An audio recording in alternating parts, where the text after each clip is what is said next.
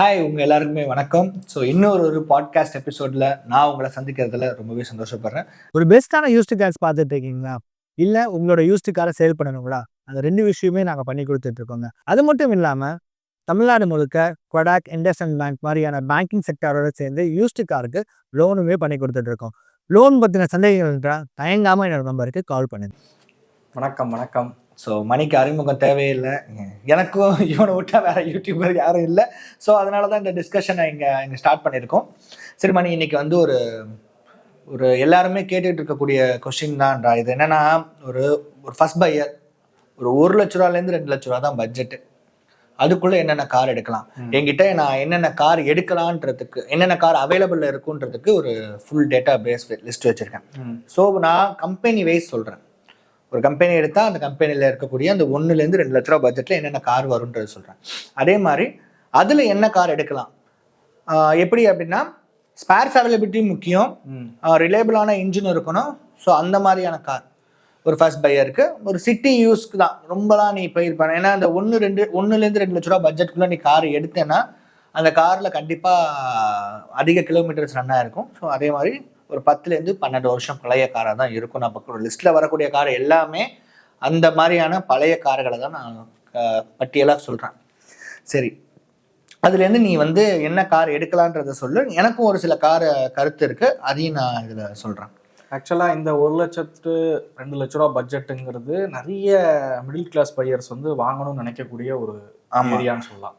இதே ஒரு 7-8 வருடத்துக்கு முன்னாடி, கோவிடுக்கு முன்னாடின்னு எடுத்துக்கிட்டோம் அப்படின்னா, ஒரு 2020 இருக்கட்டும், இல்லை ஒரு 17 காலகட்டமாக இருக்கட்டும், நான் அப்போ மாருதியில் ஒர்க் பண்ண சமயம் அப்போ அல்டோ 800ஓட காஸ்ட்டுங்கிறது ஒரு 3.5 லட்ச ரூபா வரும். 3.5 லட்ச ரூபா வரும்.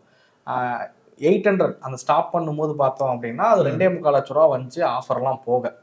ஸோ இதுதான் அப்போ உள்ள புது கார்ஸோட ப்ரைஸிங். ஸோ அப்போ நம்ம ஒரு பட்ஜெட் வந்து நம்ம 1லேருந்து 2 லட்ச ரூபா வச்சுருக்கோம் அப்படின்னா நம்மளால புது காரே அந்த சமயத்தில் வாங்க முடிஞ்சிச்சு. பட் இப்போ அப்படி கிடையாது. நம்ம கண்டிப்பாக பழைய கார் தான் வாங்குற மாதிரி இருக்கும்.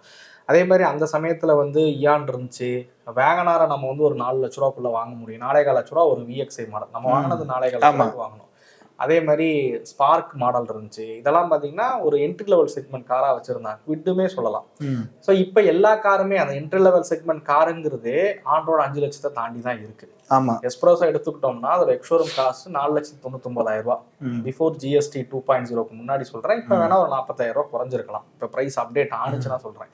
டியாகோ எடுத்துக்கலாம், ஸோ 499 வருது. ஸோ இது மாதிரி என்ட்ரி லெவல் கார்ஸுங்கிறது ஒரு பேசிக் மாடல் வந்து எக்ஷோரூம் 5 லட்ச ரூபா விலையில இருக்கு. ஸோ அப்படி பார்க்கும்போது ஒரு 6 லட்ச ரூபா விலையில தான் நம்ம புது காரங்கள் வாங்க முடியும். ஆமாம், இப்போ இந்த சூழல்ல நம்ம ஒரு பழைய கார் அப்படின்னும் போது நம்ம கரெக்டாக ஒரு 1லேருந்து 2 லட்ச ரூபா பட்ஜெட் இருந்தால் அதான் ட்ரை பண்ணலாம். இதுக்கு கீழே 1 லட்சத்துக்கு கீழேன்னு போகும்போது கண்டிப்பாக கார் வந்து நல்லா இருக்க வாய்ப்பு இல்லை. ஆமாம், இதுலேயுமே பார்த்தேன்னு வச்சுக்கோங்க, என்னன்னா நம்ம பார்த்து எடுக்கிறதுல தான் இருக்குது. இந்த நான் இப்போ 7 சீட்டட் கார்லாம் அந்த லிஸ்ட்டில் சொல்கிறேன். ஸோ அந்த கேட்டகரி கார்லாம் நீ எடுக்கும் போது ரொம்பவே பார்த்து எடுக்கிற மாதிரி தான் இருக்கும். ஸோ ஆஸ் யூஷுவல் எப்பவும் போல் நம்ம வந்து யூஸ்டு கார்ஸ்னாலே மாருதி மட்டும்தான் ரீசேலில் பெஸ்ட்டாக இருக்கக்கூடியது. அதில் ஏன் மாருதி அப்படின்றதுக்கு ஒரு காரணம் சொல்லிடுறேன். எல்லாராலையும் அஃபோர்ட் பண்ணி மெயின்டைன் பண்ண முடிஞ்ச ஒரு கார்னா அது மாருதி கார் தான். ஆமாம், இன்னும் குறிப்பாக சொல்லணும்னா பழைய இன்ஜின்ஸை வந்து நம்ம ஒரு சாதா மெக்கானிக் செட்டில் விட்டு அதை நம்ம ஈஸியாக வேலை பார்த்துட முடியும். ஏன்னா எந்த ஒரு பெரிய எலக்ட்ரானிக்ஸும் அந்த வெஹிக்கிளில் இருக்காது. ஈஸி டு மெயின்டெனன்ஸ் தான் மாருதி கார்ஸ். அந்த வகையில் நம்ம இந்த பட்ஜெட்டில் மாருதி கார்ஸை ப்ரிஃபர் பண்ணலாம். ஆமாம், அதனால தான் அதை நான் வந்து ஒரு ஃபர்ஸ்ட் கேட்டகரி லிஸ்ட்டில் வச்சுருக்கேன்.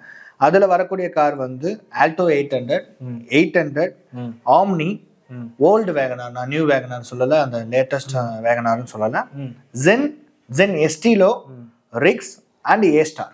ஆக்சுவலாக இப்போ நீ சொன்ன லிஸ்ட்டு வந்து ஓகே, ஏன்னா இது எல்லாமே வந்து ஏஜை பொறுத்தும் கிலோமீட்டர்ஸை பொறுத்தும் இந்த 2 lakhs பட்ஜெட்குள்ளே வரும். ரிட்ஸ் எல்லாம் வந்து கொஞ்சம் ஓல்டர் வெர்ஷன் தான் 2 lakhsல வரும். ஆமாம், பட் பெட்ரோல் ஆர் டீசல் ரெண்டுமே அவைலபிளில் கிடைக்கும். பட் என்னையை பொறுத்த வரைக்கும் ரொம்ப லோ காஸ்ட் போயிட்டீங்கன்னா டீசல் போகாதீங்கன்னு சொல்லுவேன். நீ என்ன நினைக்கிற?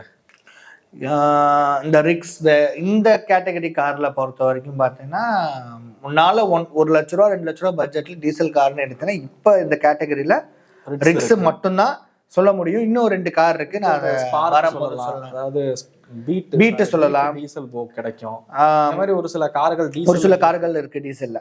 ஆனா ஏன் நான் வேணான்னு சொல்றேன் அப்படின்னா, நீங்க இந்த லோ பட்ஜெட் கேட்டகரிக்குள்ள போறவங்க சர்வீஸ் அஃபோர்ட் பண்ணணும், அதான் விஷயம் மேஜரா. நீங்க டீசல் இந்த 1-2 லட்ச ரூபாக்குள்ள இருக்கக்கூடிய டீசல் கார்னா கண்டிப்பா அது கிலோமீட்டர்ஸ் வந்து ரன் ஆயிருக்கும். ஒரு 2 லட்சம் 2.25 லட்சம் கிலோமீட்டர் ஒன்ன வண்டி எடுக்கிறோம் டீசல்னும் போது அதுல மெயின்டெனன்ஸ் இஷ்யூங்கிறது நிறைய வர தொடங்கிடும். கண்டிப்பா டர்போ பிரச்சனை வரலாம், இன்டர்கூலர்ல ப்ராப்ளம் வரலாம். அது மாதிரி நிறைய விஷயங்கள் பார்த்தீங்கன்னா, அதுவும் பீட்ல குறிப்பா டர்போ பிரச்சனை வரும், டர்போ பிரச்சனை வரும், பம்ப் ப்ராப்ளம் வரும். ஸோ இந்த மாதிரிலாம் வரும். அதனால நான் எப்பவுமே லோ பட்ஜெட் போறவங்கள பெட்ரோல் போயிடுறது பெட்டர்னு தான் சொல்லுவேன். ஏன்னா பெட்ரோல் வந்து ஓரளவுக்கு நம்மளால ஈஸியாக மெயின்டைன் பண்ண முடியும். அதாவது சின்ன சின்ன கம்ப்ளைண்ட்னா அதை அரெஸ்ட் பண்ணி நம்ம வேலை பார்க்க முடியும். ஸோ டீசல் நிறைய கம்ப்ளைண்ட் வைக்குதுன்னும் போது கண்டிப்பாக அதை நம்மளால பார்க்க முடியாது. ஓகே ஓகே ஓகே ஓகே சரி. இதுல இப்போ இந்த கேட்டகரியில இன்னும் காரே சொல்லலையே, நான் சொன்ன லிஸ்ட்ல என்ன கார்களை வாங்கலாம்? ரிப்பீட் ஒரு தடவை பண்றேன். Omni, Alto 800 and 800, WagonR, Zen Estilo, Ritz and A Star. இதில் ஆக்சுவலாக வந்து நான் வந்து மேஜராக ப்ரிஃபர் பண்ணுறது என்னென்னா, ரிட்ஸோட ரீசேலுங்கிறது ரொம்ப கம்மி, ஆனால் நல்ல கண்டிஷனில் கிடைக்கும் நமக்கு கார். உதாரணத்துக்கு நீ பார்த்தேன்னு வச்சுக்கோங்க, ஏஸ்டாருமே ரீசேல் உனக்கு கம்மி இல்லை. அதான் சொல்கிறேன், ரிட்ஸையுமே குறிப்பிடுறேன், ஏஸ்டார் குறிப்பிடுறேன், ஜென் எஸ்டிலோ குறிப்பிடுறேன். ஜென் எஸ்டிலோ, ஆமாம். நீங்கள் வேகனார் வாங்குறதுக்கு ஜென் எஸ்டிலோ கம்மி ரேட்டில் வாங்கிடலாம். கம்பேரிட்டிவ் வந்து உனக்கு ஜென் வந்து ஆல்டோ இது ஆல்டோ 800 மாதிரி இருக்கும், ஜென் எஸ்டிலோ வேகனார் மாதிரி தான் இருக்கும்.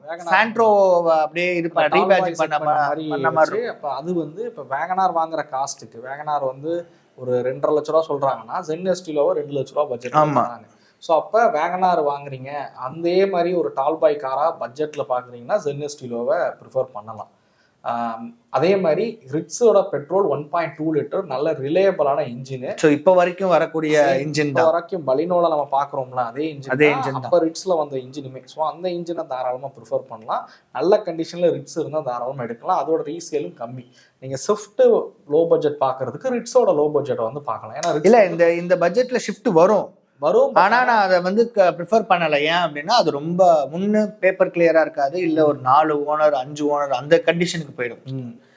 இல்லை அப்படின்னா ஃபர்ஸ்ட் வந்துச்சு பார்த்தியா ஷிஃப்ட், அது ஆக்சுவலி சூப்பரான வண்டி தான், நான் இல்லைன்னு சொல்லலை. அந்த இன்ஜினும் சரி எல்லாமே சூப்பரான வண்டி தான். ஜிப்சியோட இன்ஜினை இது பண்ணி வந்தது, ஆனால் அது கிடைக்கிறது இல்லை.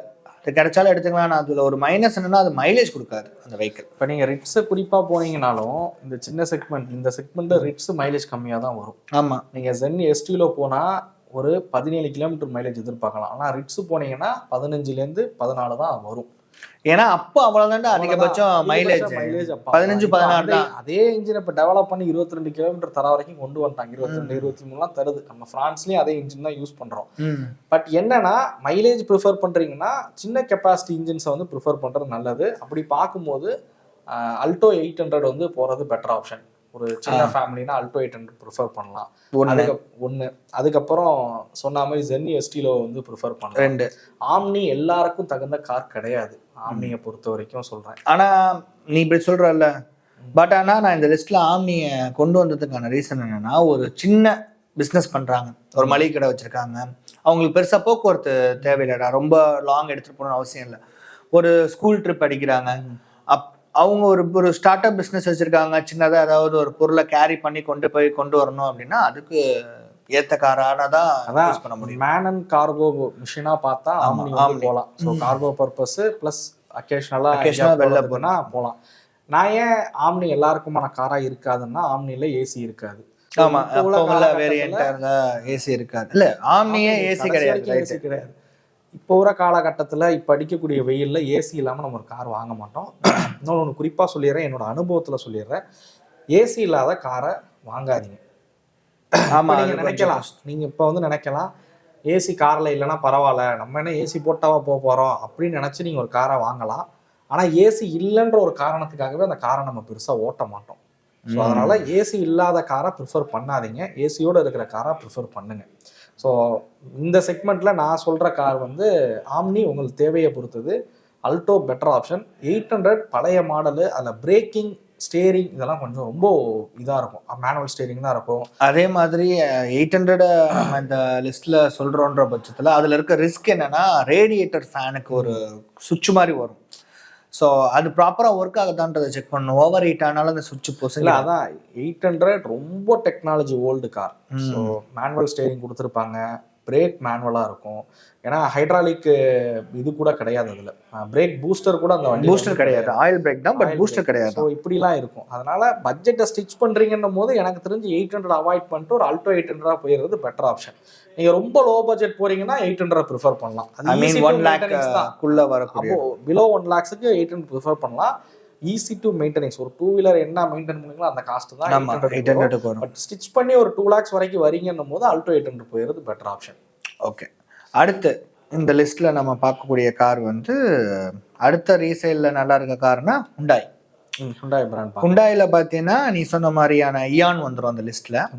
இயான் நான் சொல்றது 2010 அந்த ரேஞ்சில் இருக்கக்கூடிய i20, 2013 அந்த ரேஞ்சில் இருக்கக்கூடிய i10, அப்புறம் சாண்ட்ரோ.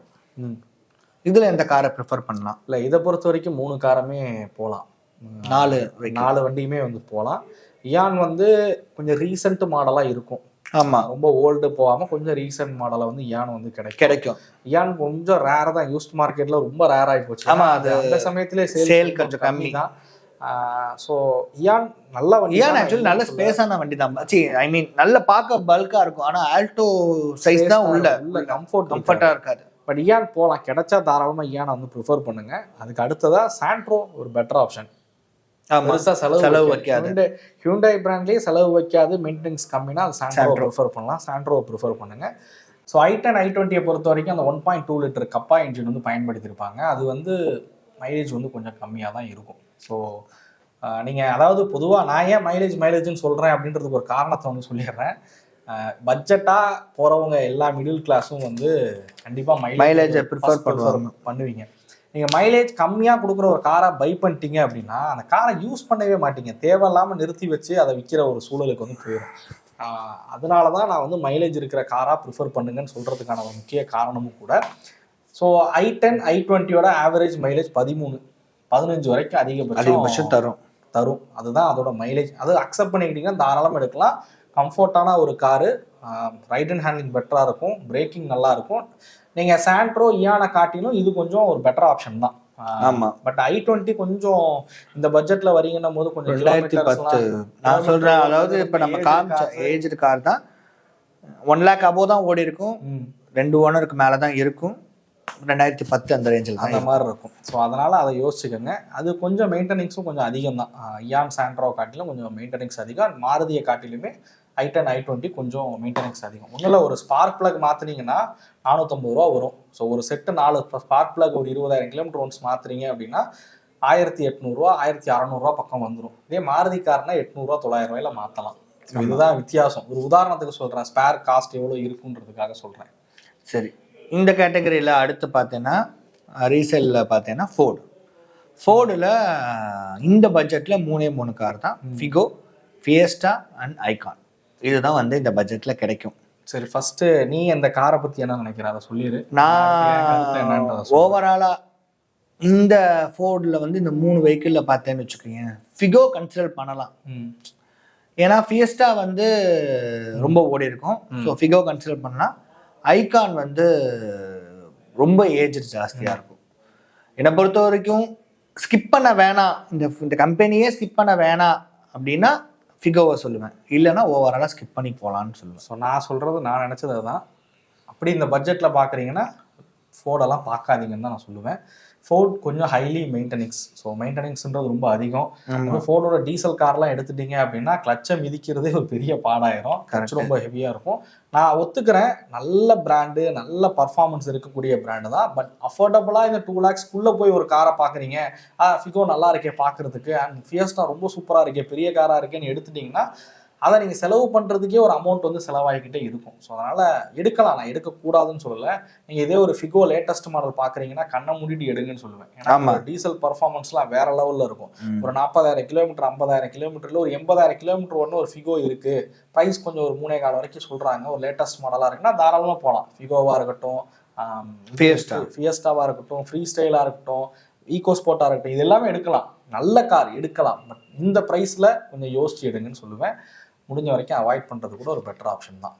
ஓகே, அடுத்த அந்த கேட்டகரியில் பார்த்தீங்கன்னா டாட்டா. டாட்டாவில் ஒரு 2-3 வண்டி வரும். நானோ ஃபஸ்ட்டு, இண்டிகா விஸ்டா, அண்டு இதில் தான் 7 சீட்டரும் வரும், Sumo and Monza, Tata Monza. நிறைய பேர் வந்து இந்த சுமோ மான்சாலாம் வந்து கிராம சைடு வாங்குறாங்க. மான்சா விட்டுரு, மான்சா ஆரியா இருக்கு, இதுல ஆரியா இருக்கு. ஆரியா கொஞ்சம் விலை அதிகமா சொல்லுவாங்க, 3.5. ஆரியாலாம் எனக்கு தெரிஞ்சு வேணான்றதான் என்னோட முதல் ஒப்பீனியன். ஆனா பார்க்க சூப்பரா இருக்கும். ஆரியா வந்த சமயங்கள்ல நான் ஃபீல்டில் ஒர்க் பண்ணிக்கிட்டு இருந்தாலும் இப்போ நிறைய கம்ப்ளைண்ட்ஸ் ஆரியா கஸ்டமர் வந்து ஃபேஸ் பண்ணாங்க. ஏன் ஒரு கிராங்க் ஷாஃப்ட் உடையிற பிரச்சனைகள் கூட ஆரியாவில் வந்து இருந்துச்சு. ஸோ அந்த மாதிரி ஃபேஸ் பண்ணியிருக்காங்கன்றனால நான் ஆரியா வந்து வேணான்னு சொல்லுவேன். இந்த ப்ரைஸ், அதாவது கொடுத்தா கூட வேணான்னு சொல்லிடுங்க, அதான் நல்ல விஷயம். ஆரியா வச்சிருக்க ஓனர்ஸ் தப்பாக எடுத்துக்காதீங்க, அதுதான் இயல்பு. ஏன்னா அவங்களுக்கு தெரியும், ஏன்னா ஆரியா வச்சு படாத பாடுபட்டிருப்பாங்க. இந்த ப்ரைஸ் ரேஞ்சில் 7 சீட்டர் தான் வேணும், எனக்கு வந்து ஒரு சுமோ இருக்குது அதை எடுத்துக்கலாமா அப்படின்னு கேட்டிங்கன்னா, ஃபிங்கர் கிராஸ், நல்லா இருந்தால் ஓகே, நல்லா இல்லைன்னா இந்த விலையில எடுத்து அதை செலவு பண்ணுறது கொள்றதுங்கிறது ஒரு பெரிய அமௌண்ட்டாக வந்து மாட்டிடும். பழைய சுமோ ஓகே, அது அப்போது இருந்த சுமோ ரிலேயபிளாக தான் இருந்துச்சு, ஈஸியாக மெயின்டைன் பண்ணுற மாதிரி இருந்துச்சு. பட் என்னையை பொறுத்த வரைக்கும் உங்களோட தேவையை பொறுத்தது.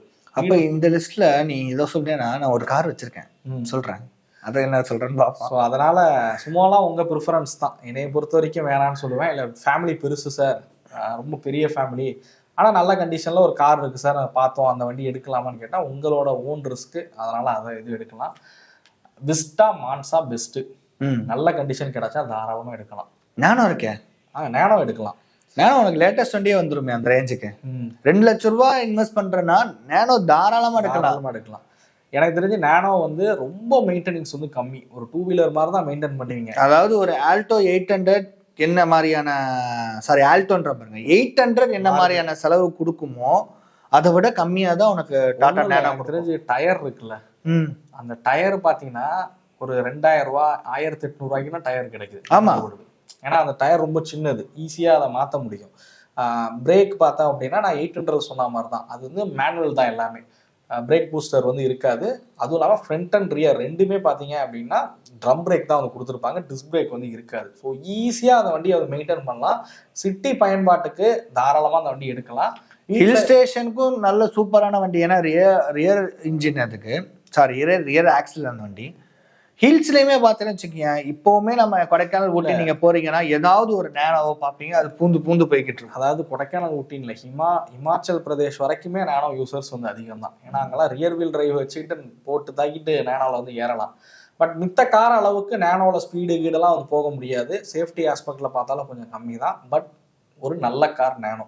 வீட்டில் ஃபேமிலியில் வந்து ஏஜ்டு பர்சன் இருக்காங்கன்னா அவங்க ஏறி உட்கார்றதுக்கு கம்ஃபர்ட்டாக இருக்கும், லெக் ரூம் நல்லாயிருக்கும், ஹெட் ரூம் நல்லாயிருக்கும். ஸோ அந்த வகையில் அந்த காரை தாராளமாக வந்து வாங்கலாம். ஸோ அதனால் நேனோவையும் ப்ரிஃபர் பண்ணுறது ஒரு நல்ல பெட்டர் ஆப்ஷன். நேனோ இந்த பட்ஜெட்டில் இருக்குது, உங்களுக்கு நேனோ எடுக்கலாம்னு ஒரு ஐடியாவும் இருக்குன்னா தாராளமாக எடுங்க. ரொம்ப பெட்டர் ஆப்ஷன் இந்த ப்ரைஸ் ரேஞ்ச் பொறுத்த வரைக்கும். இப்போது அடுத்த ஒரு கம்பெனி, அதில் ஒரே ஒரு கார் தான், நீயே கண்டுபிடிச்சிருவேன், ஹோண்டாவில் ஒரு 2 லட்ச ரூபாய்க்குள்ளனா என்ன வண்டி எடுக்கலாம்? அப்போ இருந்தது சிட்டி மட்டும்தான். சிட்டி மட்டும்தான் லிஸ்ட்டில் இருக்குது, வேறு எதுவுமே கிடையாது அந்த வண்டியில். சிட்டியை நீ சொல்லு, சிட்டியில் என்ன நினைக்கிறேன், எடுக்கலாமா வேணாம்? சிட்டி நான் ஃபர்ஸ்ட் ஜென் செகண்ட் ஜென் எடுக்கிறேன் அப்படின்னா ஒரு யங்ஸ்டராக இருக்கீங்க, மாடிஃபிகேஷனுக்கு ஒரு சூப்பரான கார். அதே மாதிரி தரையா ஃப்ளாட்டாக இருக்கும். 3வது இன்ஜின் ஸ்டார்ட் ஆகிற ஒரு சின்ன நாய்ஸ் கூட தெரியாத அளவுக்கு அவ்வளோ ஸ்மூத்தராக இருக்கும். பவர் அண்ட் பர்ஃபார்மன்ஸ்லாம் சூப்பராக இருக்கும். அதாவது ப்ராக்டிக்கலான ஃபேமிலிக்கான கார் கிடையாது சிட்டி பொறுத்த. நான் சொல்கிறது வந்து அப்போ ஓல்டு ஜென் சிட்டி பொறுத்த வரைக்கும் நீங்கள் எடுத்து மாடிஃபிகேஷனு யங்ஸ்டராக இருக்கீங்க, சிவிக்குமே கிடைக்கிது. சிவிக் கிடைக்கும், ஆனால் வந்து 180 2.5 லட்சம் 2.25 லட்சம் ரூபாய்க்குலாம் சிவிக் வந்து கிடையாது. சிவிக்லாம் ஹைப்பானுச்சு. எனக்கு தெரிஞ்சு 2.25 3 வருஷம் முன்னாடியே 2.25 போயிட்டு இருந்த சிவிக்கு இப்பயும் அதே ரேட் வந்து சொல்லிட்டு இருக்காங்க. கொஞ்சம் ஹைப் அதிகமாயிருச்சு சிவிக் பொறுத்த வரைக்கும்.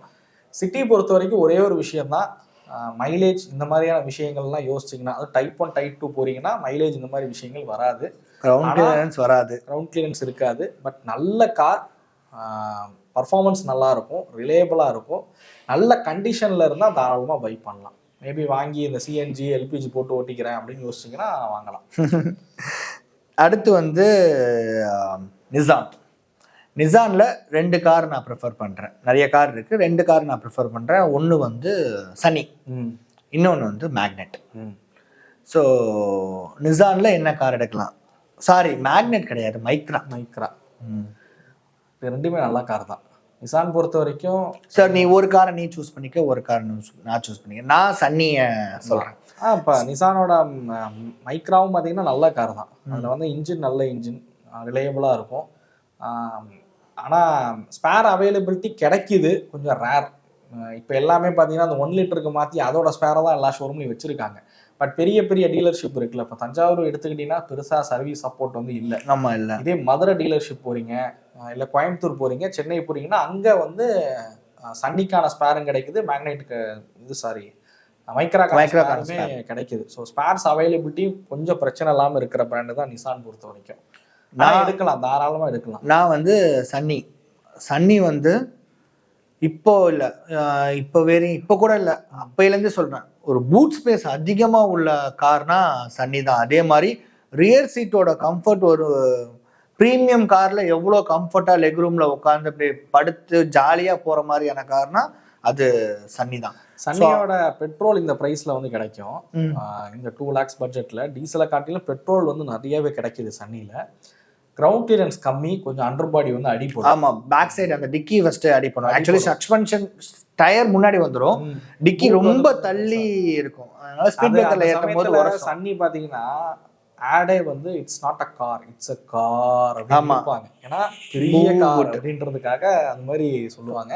நல்ல கார் சன்னி வந்து ஒரு சூப்பரான காரு. பெட்ரோலில் கிடச்சிச்சுன்னா எடுக்கலாம். மைலேஜ் கம்மி தான் நான் சொல்கிற மாதிரி.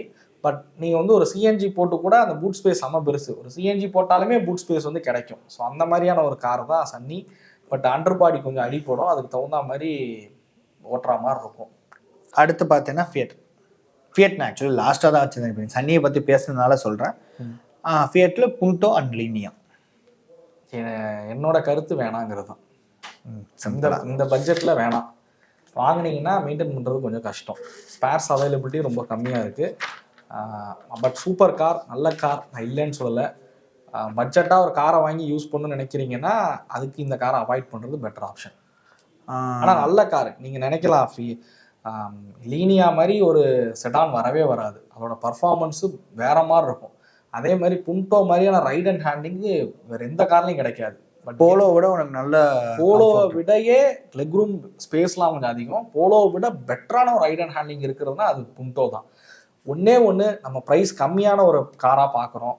ஸோ புண்டோவோ இதோ போறீங்கன்னா கிலோமீட்டர்ஸ் அதிகமாக ஓடி இருக்க வாய்ப்பு இருக்குது. ஏன்னா எனக்கு தெரிஞ்சு புண்டோ இதோட காஸ்ட்லியாலாம் விற்கிறாங்க. ஆமாம், புண்டோ எனக்கு தெரிஞ்சு ஒரு 3-4 லட்ச ரூபாய்க்குலாம் வருது. நல்ல கண்டிஷனாக இருந்தால் அந்த ரேஞ்சுக்கு கொண்டு வந்துடுறாங்க. லீனியாவும் நல்ல கண்டிஷனாக இருந்தால் ஒரு 3 லட்சம் 4 லட்சத்துக்கு மேலே வர்றாங்க. பட் கண்டிஷன் பேடாக இருக்கும் போது தான் அது பிலோ 2 lakhsக்குள்ளே கொண்டு வருவாங்க. அப்படி இருக்கும்போது அந்த காரை வாங்கி மெயின்டைன் பண்ணுறது ரொம்ப கஷ்டமாயிருக்கு. இந்த லிஸ்ட்டில் அப்போ பார்த்தேன்னு வச்சுக்கேன். அப்போ இன்னும் 2 கம்பெனியை சேர்த்து சொல்லிடுறேன். ஃபோக்ஸ்வேகனில் போலோ, ரேபிட், ஸ்கோடால வந்து ரேபிட், ஃபேபியா இருக்கு. இதுவுமே வேணான்னு தான் சொல்லுவேன். மெயின்டைன் பண்ணுறது கொஞ்சம் கஷ்டம், எக்ஸ்பான்சிவ். அதை வந்து மெயின்டைன் பண்ணுறது ரொம்ப எக்ஸ்பான்சிவாக இருக்கும். அடுத்து வந்து மகேந்திராவில் வெர்டோ, ரெனால்ட்டோட டைப் பண்ணி லோகன் வந்துச்சு. லோகன், அதாவது மகேந்திராவோட லோகன், அப்புறம் வெரிட்டோ வைப் இருந்துச்சு. லோகன் கிடைச்சா நல்ல கண்டிஷனில் கிடைச்சா வாங்கலாம். உன்னோட கருத்து என்ன இதை பொறுத்த வரைக்கும்? எனக்கு இந்த கேட்டகரி ஆஃப் கார் நான் ஹேண்டில் பண்ணதில்லை.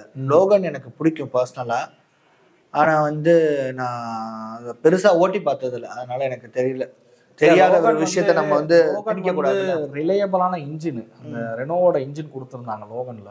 நல்ல ரிலையபிளான ஒரு இன்ஜின் அது. பட் ஆனால் நிறைய டாக்டர்ஸ் இந்த மாதிரி ப்ரொஃபைல் இருக்கவங்களாம் அந்த சமயத்தில் இந்த காரை வந்து ப்ரிஃபர் பண்ணாங்க. ஒன்றும் இல்லை, அந்த சமயத்தில் பீக்கான கார் எதுன்னு கேட்டிங்கன்னா டிசையரு, மான்சா, லோகன். இந்த கார் தான் அப்போ வந்து அந்த 2012-13 அந்த காலகட்டத்தில் இருந்த கார். இது 3மே வந்து மோஸ்ட் ப்ரிஃபரபிளான ஒரு காராக இருந்துச்சு. பூட் ஸ்பேஸ், கம்ஃபோர்ட், இது எல்லாத்தையும் பொறுத்த வரைக்கும். டிசையர் வெயிட்டிங் பீரியட் அதிகமாக இருக்குன்றனாலேயே மான்சாவையும் லோகனையும் தான் அதிக பேர் வந்து வாங்கினாங்க. இது மான்சாலையும் சரி லோகன்லையும் சரி அதே மாதிரி இது போனாலுமே சரி, டிசைர் போனாலும் சரி, அந்த சமயத்துல எல்லாரும் டீசல் தான் ப்ரிஃபர் பண்ணாங்க. ஆமா. பெட்ரோல் கார்ஸ் ரொம்ப ரேர். நம்ம நிசான் சொல்றோம்ல, மைக்ரா சொல்றோம், இது சொல்றோம்ல, சன்னி சொல்றோம்ல, அதுலயுமே அப்போ வந்து எல்லாரும் டீசல் தான் பண்ணாங்க. சன்னில பெட்ரோல் இருக்கு, பெட்ரோல் இருக்கு, ரொம்ப ரேரா தான் யூஸ் மார்க்கெட்ல கிடைக்குது. நம்ம ஃபர்ஸ்ட் ஆப்ஷன்லயே டீசலை கொஞ்சம் அவாய்ட் பண்ணுங்கன்னு சொல்லியாச்சு. அப்படி இருக்கிற சூழல்ல இங்க டீசல் பார்க்கலாமான்னு கேட்டா நல்ல ஏன்னா ரிலேபிளான இன்ஜின் கண்டிஷனா இருக்கு. ஒரு 1.25 லட்சம் கிலோமீட்டர் ஓடி இருக்கு சார், பட் நல்லா மெயின்டைன் பண்ணியிருக்காங்க, நல்லா இருக்குன்னா கூட லோகன் வந்து ப்ரிஃபர் பண்ணலாம். மகேந்திரால ஸ்பேர்ஸ் வந்து கிடைக்கிது தான் இப்போ வரைக்குமே. லோகனோட ஸ்பேர்ஸ் வந்து கிடைக்குது. ஆனால் சர்வீஸ் சென்டர் யாருமே மகேந்திராக்குள்ளே கொண்டு போகிறதே கிடையாது லோகனை. அடுத்து வந்து பார்த்தீங்கன்னா இந்த அது இல்லாமல் இந்த பொலிரோ, ஸ்கார்பியோலாம் கூட இந்த லோ பட்ஜெட்டில் வருது. இல்லை, அதை என்னை பொறுத்த வரைக்கும் வாங்க வேணாம்ன்றனால தான் அதை நான் அந்த லிஸ்ட்டில் கொண்டு வரல. ஸ்கார்பியோ வருது, பொலேரோ வருது, இன்னும் 2-3 வெஹிக்கிள்ஸ் அந்த மகேந்திராவில் ஓல்டு டைப், பழைய டைப்பு, அதெல்லாம் ரஸ்ட் ஷூ இருக்கு. 1008 பஞ்சாயத்து நீ கொண்டு போய் சர்வீஸ் சென்டருக்குள்ள விட்டீங்கன்னா 40,000-50,000 பில்லு வந்துடும். அதனால அதை நான் வந்து இந்த லிஸ்ட்ல கொண்டு வரல. அடுத்து டக்ஷன், அது போகலாம். டக்ஷன்ல ரெடிகோ, கோ பிளஸ், இது 3மே இந்த ரேஞ்சில் கிடைக்கும். டட்சன் பொறுத்த வரைக்கும் நாங்கள் இப்போ இது வரைக்கும் சொன்ன எல்லா காரை விட டட்சன் உங்கள் ப்ரிஃபரன்ஸில் இருக்குது, ரெடிகோ உங்கள் ப்ரிஃபரன்ஸில் இருக்குன்னா தாராளமாக வாங்கலாம். ஏன்னா இப்போ வரைக்கும் ஸ்பேர் கிடைக்கிது. அதோட ஸ்பேரை தான் குவிட்டில் வந்து யூஸ் பண்ணிட்டு இருந்தாங்க. ஸோ நீங்கள் இங்கே கிடைக்கலனாலும் அதோட இன்ஜின் ஸ்பேர் பார்த்தீங்கன்னா ரெனோவில் வந்து கிடைக்கும். ஸோ நிசானில் கிடைக்கலனாலும் ரெனோவில் வந்து நீங்கள் தாராளமாக வந்து வாங்கலாம். இந்த கார் வந்து ரீசேல் வேல்யூங்கிறது ரொம்ப கம்மி. ஸோ அதனால் நம்ம இந்த ப்ரைஸ் ரேஞ்சில் தேடும்போது இந்த காரை லேட்டஸ்ட் மாடல் காரே வாங்கலாம். இப்போ நீங்கள் உதாரணத்துக்கு நம்ம சொன்ன நிறைய கார் இருக்குல்ல, மான்சாவாக இருக்கட்டும், லோகனாக இருக்கட்டும், இல்லை ரிட்ஸாக இருக்கட்டும், இதெல்லாம் வந்து 10-12 வருஷம் பின்னாடி வண்டி. ஆனா நான் நீங்க டக்ஷன் எடுக்கும் போது நீ 2017, 18 ஈவன் உங்களுக்கு இஎம்ஐ ஆப்ஷனோடய அந்த வெஹிக்கிள் அவைலபிள்ல கிடைச்சிடும். இந்த மாடலுக்கு இஎம்ஐ பண்ண முடியாது. நீங்க ரெடிகோ பாக்குறீங்க அப்படின்னா தாராளமா எடுங்க. நல்ல வண்டி, சூப்பரான வண்டி, தாராளமா எடுத்து யூஸ் பண்ணலாம். ஸோ அதனால கண்டிப்பா அதை ப்ரிஃபர் பண்றது ஒரு பெட்டர் ஆப்ஷன் தான். அடுத்து பார்த்தேன்னா செவர்லெட்ல 2 கார், ஸ்பார்க் அண்ட் பீட்.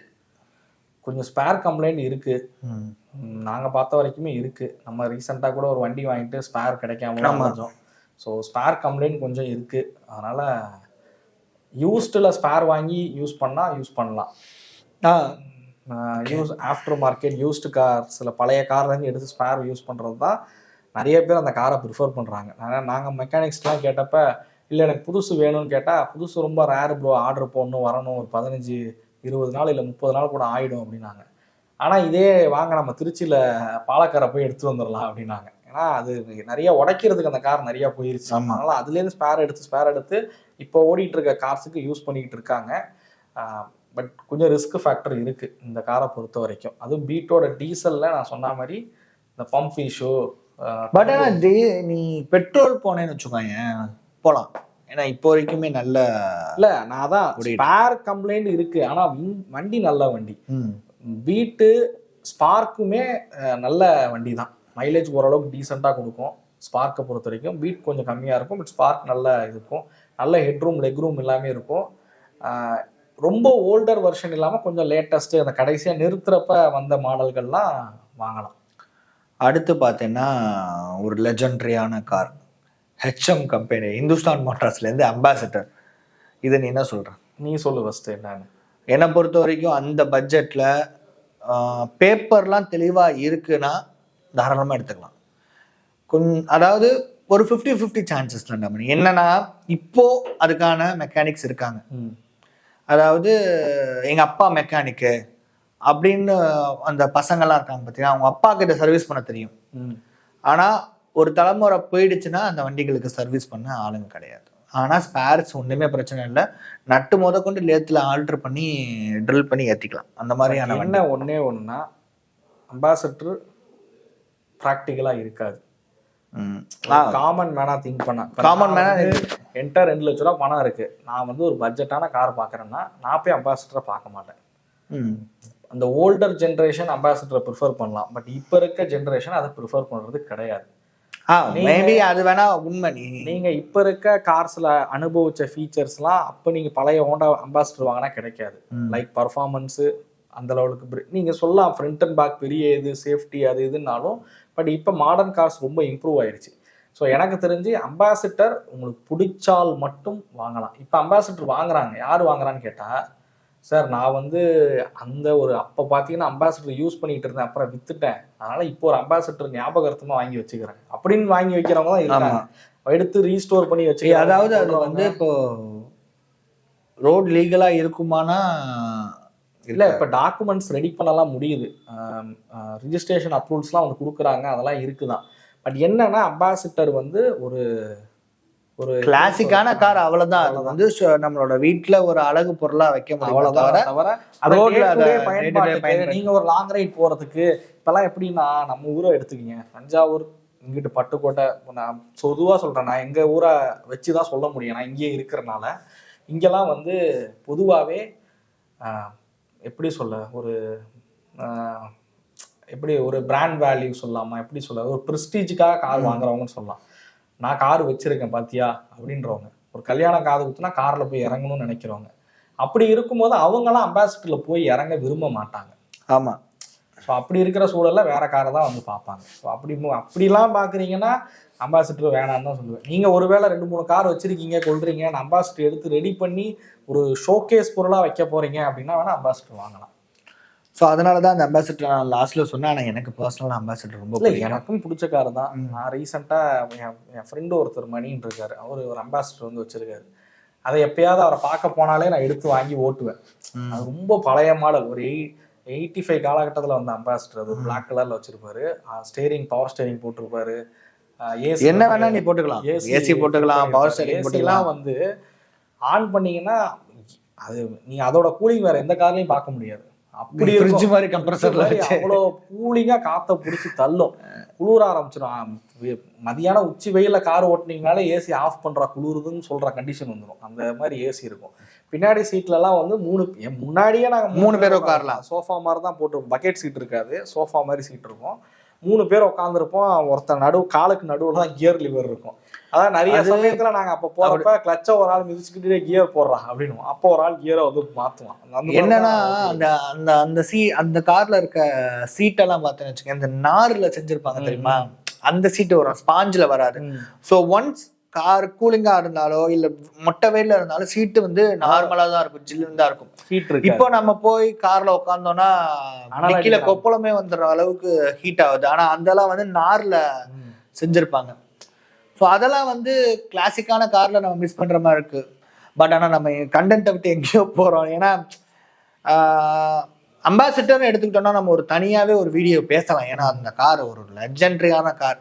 ஒன்றும் இல்லை, அம்பாசிடர் பத்தி பேசணும்னா மணிக்கணக்கா பேசலாம். சுமோவை பத்தி பேசணும்னா அவ்வளோ விஷயம் பேசலாம். எல்லாருக்குமே 90s கிட்ஸ் எல்லாருக்குமே அதை பத்தின நினைவுகள் நிறையவே இருக்கும். அதுல டிராவல் பண்ண அனுபவமா இருக்கட்டும். இந்த லிஸ்ட்ல நான் ஒரு காரை வேற விட்டுட்டேன், டவேரா.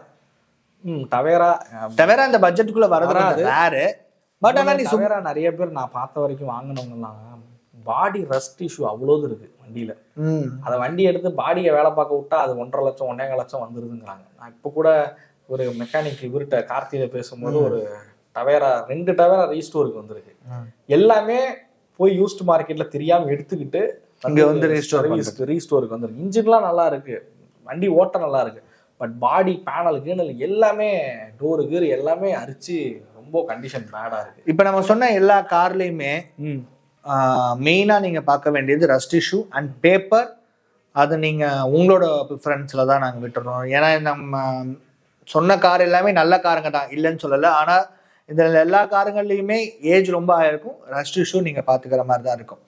சரி, நம்ம இந்த எண்ட் நோட்டுக்கு வந்துட்டோம். இந்த வீடியோ உங்களுக்கு யூஸ்ஃபுல்லாக இருக்கும்னு சொல்லி நான் நம்புறேன். இது போல யூஸ்டு கார் கனெக்ட் போடக்கூடிய நம்ம சேனலை மறக்காம சப்ஸ்கிரைப் பண்ணிக்கோங்க, கூடவே அந்த பெல் ஐக்கானையும் ப்ரெஸ் பண்ணிக்கோங்க. அன்டில் தென், நான் உங்கள் ராஜேஷ், இது உங்கள் வீல்ஸ் ஆன் வீல்ஸ் தமிழ். நன்றி, வணக்கம்.